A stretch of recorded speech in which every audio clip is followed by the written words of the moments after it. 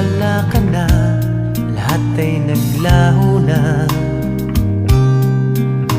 Buhat ng mawalay, nawalan na ng pag